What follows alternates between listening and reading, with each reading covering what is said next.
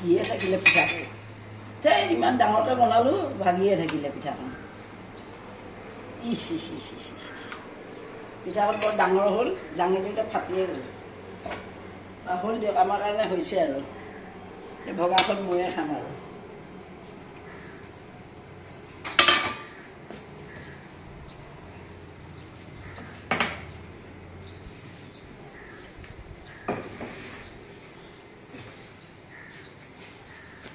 আহক চাহ খাওকহি গৈছোঁ বহক এনেকুৱা পিঠা চাহ আচলতে গুড় দি খাইহে ভাল লাগে আজি কিহেৰে বনাইছে এই পানী পিঠা আপুনি কৈছিলে ন বিস্কুট নাখাওঁ আৰু বোলে এইবোৰ বিস্কুট নাখাওঁ ময়দাৰ বস্তু এই এখন পিঠা বনাবা তাকে খাম সেইকাৰণে বনাম পিঠাৰ লগত গুড় বৰ এইটো পিঠাৰ লগত গুড়হে খাবলৈ ভাল চেনি দিলে ভাল নালাগে খওক আপুনি এইকেইটা অলপমান আজি সৰহকৈ খুন্দিব লাগিব খওক এই পিঠাগুড়ি কৃষ্ণ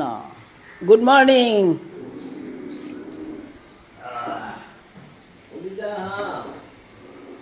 প্ৰতিমা